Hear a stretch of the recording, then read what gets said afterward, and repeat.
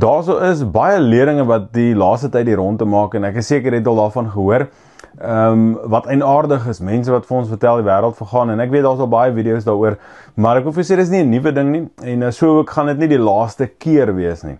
Nou die Bybel waarsku ons op verskeie plekke, sê daar's mense wat hierdie goed vir ons gaan sê, en ons mense wat dwaalleer gaan verkondig. Hy sê daar's valse profete, ons moet versigtig wees vir hulle. Christus self waarsku ons teen hulle, Paulus waarsku ons, en die Bybel waarsku ons soveel plekke. Die vraag is, hoe kan ek en jy seker maak dat ek en jy nie in daai gat trap nie, dat ons dalk iets aanhang wat nie van die Here af is nie.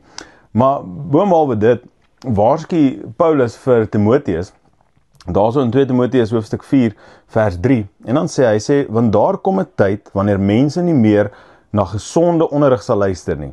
Hulle sal hulle eie begeertes volg en leermeesters soek wat net verkondig wat hulle graag wil hoor. Hulle sal die waarheid verwerp en vreemde mites navolg.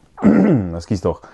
Nou hy sê daar gaan 'n tyd wees wanneer mense se ore juk. Mense gaan wil hoor wat hulle wil hoor. Mense gaan wil hoor dat hulle perfek is, dat hulle niks verkeerd gedoen het nie, dat dit net met hulle gaan goed gaan, dat hulle net finansiëel geseën gaan wees. Mense gaan sulke plekke, kerke aanhang wat vir hulle net dit gaan vertel wat vir hulle aanneemlik is, wat aanloklik is.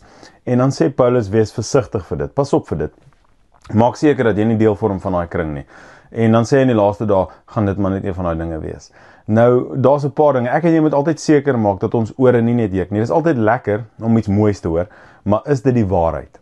Is dit wat God vir my en vir julle? Is dit my wil of dit wat ek wil hê die Here vir my moet sê, of is dit wat hy werklik vir my wil sê? Beweeg en leef ek werklik in sy wil vir my lewe? Sy wil is dat ek hom dien met my hele lewe. Sy wil is dat ek 'n verhouding het met hom, dat ek hom ken in al my weë, dat ek hom aanbid in sy volheid. Dit is sy wil vir my lewe, en dan natuurlik sy opdragte, dat ek disippels sal maak van mense. Maar die ander ding is, hoe kan ek en jy hierdie dinge vryspreek? En die maklikste is spandeer tyd in sy woord. Wanneer ek en jy tyd in die woord van die Here spandeer, dan maak ons seker dat wanneer iemand iets sê wat teenstrydig is, wanneer iemand iets sê wat 'n vreemde en 'n snaakse teologie is, dat ek en jy weet. En jy dink dalk, wel, jy weet, almal van ons is nie teoloë nie, maar ek wil vir jou sê, Christus verwag dat ek en jy sy woord ken, dat ons sy woord bestudeer. Hy is die woord, jy onthou die woord wat vlees geword het, wat tussen ons kom woon het. Hy verwag dat ek en jy sy woord ken, sodat ons hom ken, sodat wanneer iemand iets aan ons kom verkondig wat kontra dit is wat Christus verkondig het, dat ons dit dadelik sal identifiseer, dat ons sal sê, maar ek weet hier is nie van Christus nie, want sy woord wat ek lees, wat ek bestudeer, wat ek lief het, ek het sy woord lief. In Psalm sê ek het sy woord in my hart gebere, en omdat ek sy woord in my hart gebere het, weet ek wanneer iemand met 'n valse doktrine, met 'n valse teologie na my toe kom, wat afvallig is, wat my probeer, mense wat na my en jou toe kom en Christus en nog iets verkondig, is nooit van hom af nie.